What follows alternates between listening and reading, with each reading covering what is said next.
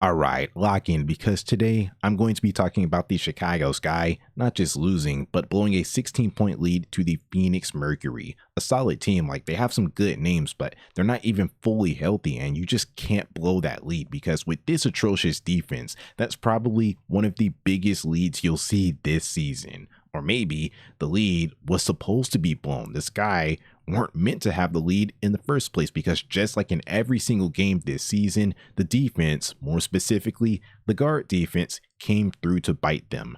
No Haley Van Lith and no Mariah Jefferson, sure, but like they're not solving the main problem on this team, which is the guard defense and how easy it is to generate rim pressure or put the defense in a scramble. Just drive on a guard and the battle is won. It's literally the same exact script from the previous video. I have the exact same things to say, more or less. Now, something that I actually liked in this game that wasn't necessarily there in the previous few games was the Sky looking for Ariel on offense. Now, everything wasn't necessarily a set play based around her, like some weren't, but they were going to her as a scoring option, which just makes the most sense because while I don't necessarily believe that she's the best player on the team, she is the best scorer on the team and possibly even the best offensive player on the team. It only makes sense to have your best scorer take a majority of the shots. So I like that she was getting those shots by any means, whether it was like through legit play calls or like busted plays when they had to make something out of nothing, which is still a thing. Like the offense devolves into a freelance like ISO type of offense with everyone standing around when their initial play gets blown up.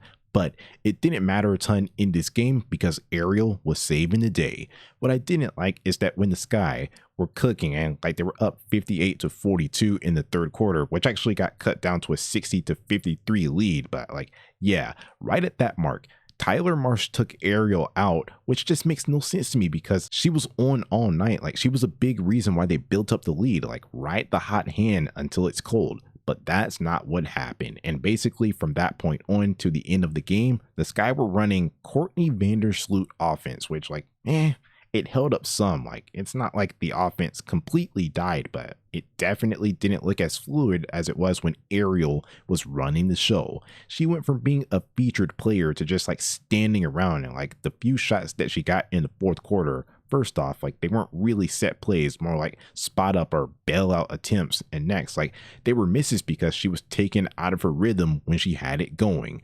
I believe the call to go away from what was working in the Ariel Atkins offense and running a Courtney Vandersloot offense was a reason why they lost this game, and they probably could have won this game if they stuck with running what worked. But the biggest reason why they lost this game and the other games is something that I already talked about in the beginning. It's the atrocious perimeter defense from honestly everyone, but it's the guards' responsibility to defend on the perimeter and check players that are a similar size as them. I'm not going to blame a big as much for like getting worked by a guard on the switch because that's the guard's responsibility. The reason why the Sky are starting every game at a disadvantage is because the defense is all around bad, but mainly the guards can't stay in front of anyone, whether it's on or off ball. They're always getting beat. When they get beat to the paint by opposing guards, that generates rim pressure, which puts the opposing offense in such an advantageous position because when they get to touch the paint, they're either already where they want to be and can take a highly efficient paint shot, or because the defense knows that paint shots are highly efficient, they have to rotate and give help in the paint, which frees up shooters. And like, yeah, giving up an open three is better than giving up a shot in the paint, but these are WNBA players. They're professionals and like they're going to make you pay for helping. Because opposing guards can always generate rim pressure on the Sky's guards, the only way I can see the Sky winning a game is hoping for the other team to just have a cold shooting night because the shots are always going to be there. Also, add in some lapses in transition and miscommunications on screens and such. But like, yeah, if the guard defense was better, there's probably a few wins in there that the Sky could have got. But it's just a terribly constructed roster. And right now, like that's not on Angel and Kamilla. Like they've actually been playing well, but the guards are letting them down. Hopefully they can turn it around, but with the issues that I just laid out, I don't really see how that can be turned around with like better coaching and such. Like, that's roster moves that have to be made. Run the offense through aerial more, sure. Like, that'll help the offense. And like, they can outshoot teams, but they're always going to be at a disadvantage and just take automatic losses because of the guard defense on the perimeter. So yeah, they need to address that if they have serious aspirations of making the playoffs.